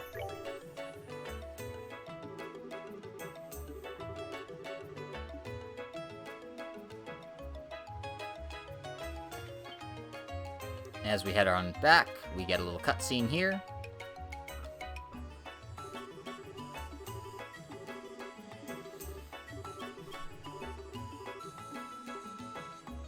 So we're still in the middle of our investigation, so we don't have too much yet.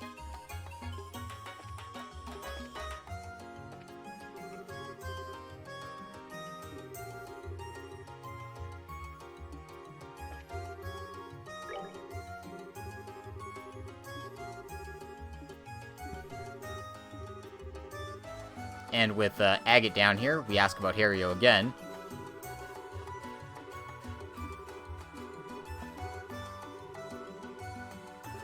And apparently Harrio was on the second floor at some point, right after lunch.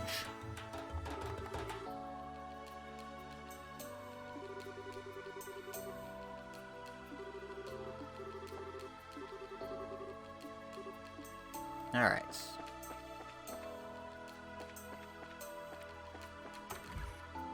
So the next person we want to talk to is the old man Murray down here. Ask him about lunch.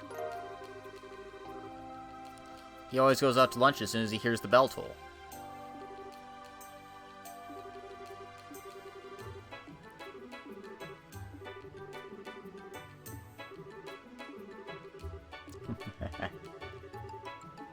Might as well ask about the bell, see where they were during that time, get a good sense of where they were right when lunch occurred.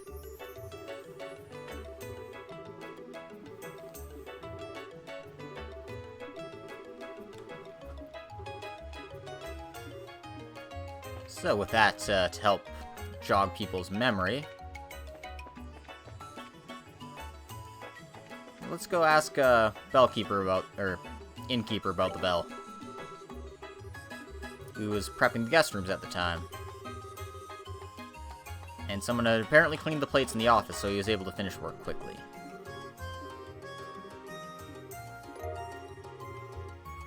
Seems like somebody cleaned up.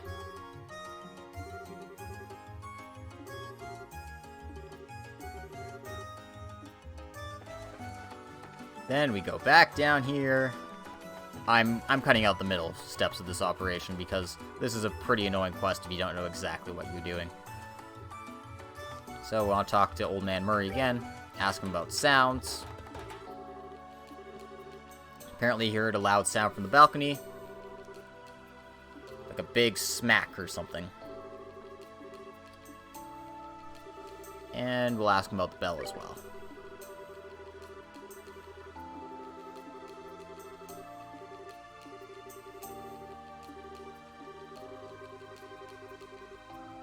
So it happened pretty much right when the bell tolled as well.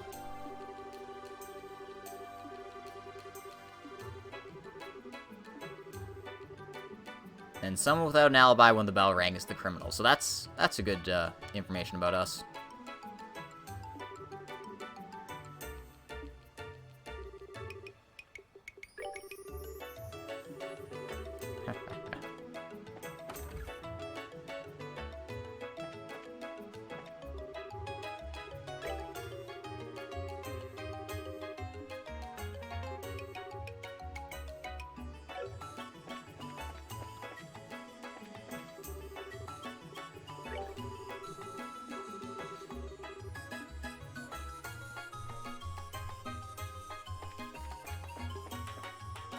Anyway, our next person to talk to is Norman here.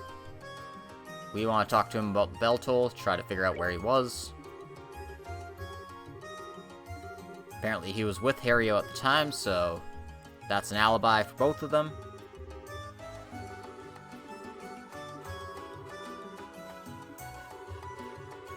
And there's an alibi for Cooper as well.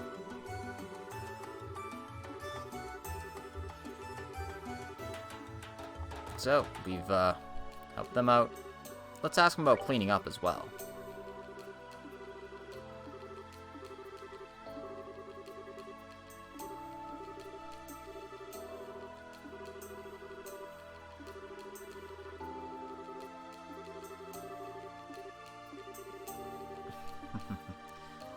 Apparently he mentioned a special paella, so, you know.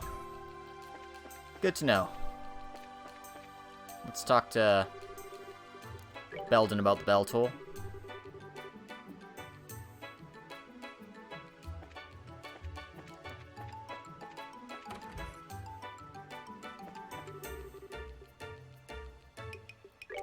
Talk to the old man about lunch.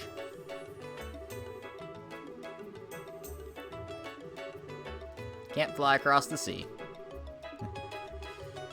Well, he saw Ernest on the first floor. And he didn't see anybody else, although he should have walked by Belden.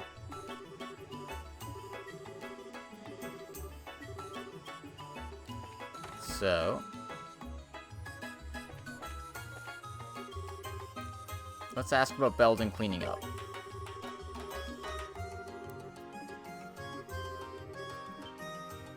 Since we know he wasn't in the basement the whole time, because Murray just attested to that.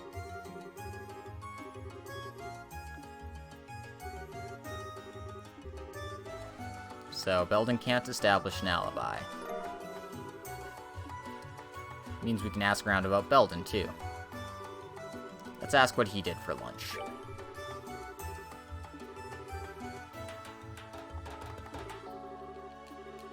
Feeds us normal Borman stuff, then gets a special paella just for himself.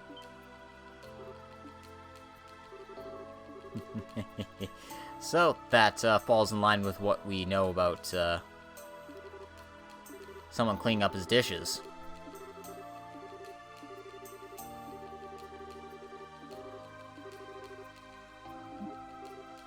He saw it afterwards, obviously.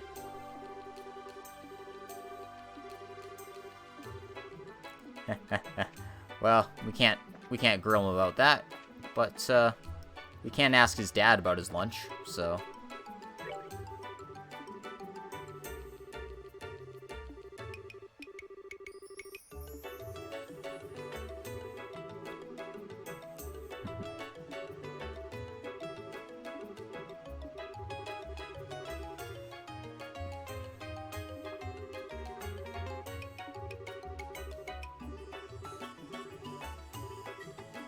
Alright. So, let's make our save. Dells isn't going to be much help because he was just knocked out cold the entire time. But yeah, that's everything we need, I think. So let's go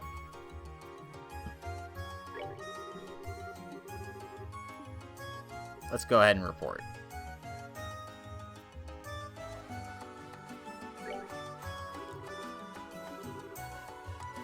So, our suspect is Belden because he doesn't have an alibi.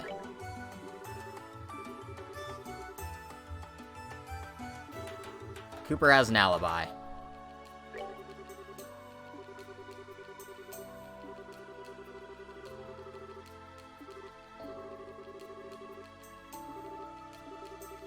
Yeah, and so does Harry. All three of them are covered.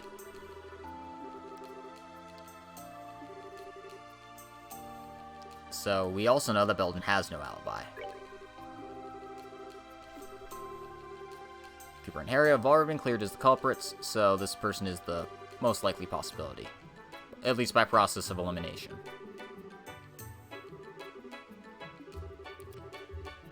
The other thing we know is that he knew about Norman's special paella, which means he would have had to have been in the room at some point to see that Norman had half-eaten his food.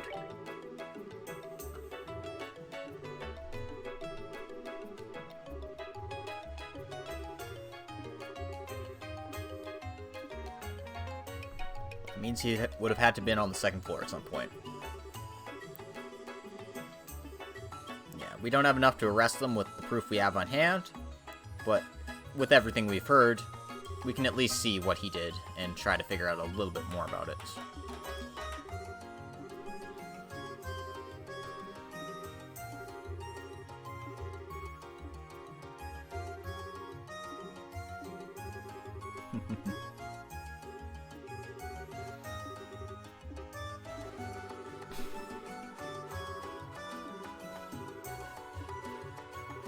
After lunch, he went to the office. He went to go clean up.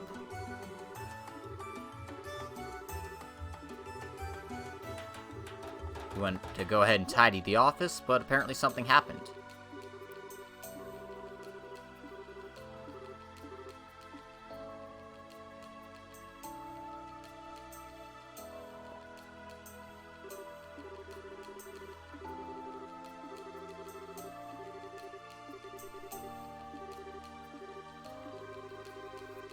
So once he finished cleaning, he decided to head back. The room was quite dusty, so he figured he'd open the door to air it out. But since his hands were full of plates, he kicked the door open. And because he kicked the door open, Dells was standing right by the door and got knocked out cold.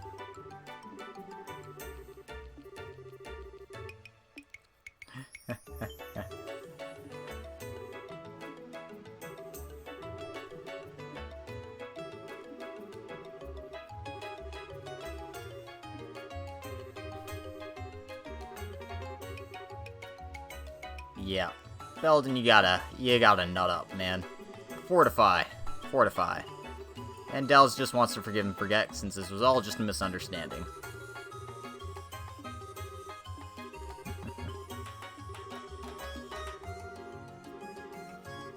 At least, these people are very forgiving and nice, and we know you're not dealing with lawsuits for false accusations.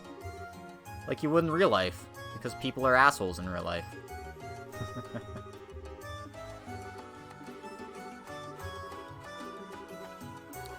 Anyway, that was a fruitful investigation. You didn't have to arrest anybody. It's just an accident.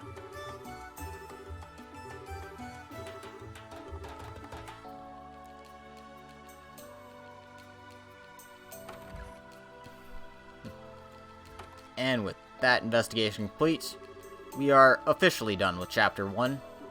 Everything we need to do in Rouen has been taken care of.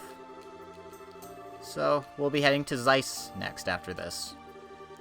But it won't be tomorrow, because my workplace had the brilliant idea to schedule a staff meeting at 9 in the morning. And I also work that day at like 4. And I also work today until midnight. So, I don't really have time. I pretty much have to get home and sleep and then go back to work, which sucks. So yeah, looking forward to that.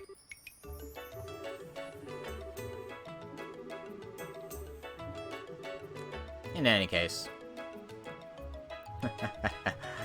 one has to do what one has to do. Gotta keep the lights on, as it were. So let's just go ahead and report this to the Bracer Guild.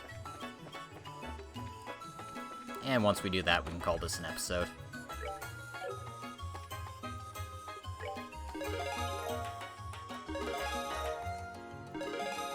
And with 54 BP, we're up to the Senior Bracer F+ rank, and we receive a quartz for our trouble. This is the maximum amount you can have at this point in time, which means I'm not missing anything, so I can actually call this an episode here. I'd like to thank everyone for coming today. I hope you enjoyed this episode of Trails in the Sky 2nd chapter, and I hope you'll join me next time, which will probably be Sunday night, Monday in the morning, that sort of time frame. In any case, thank you all for coming, and we'll see you next time. Farewell.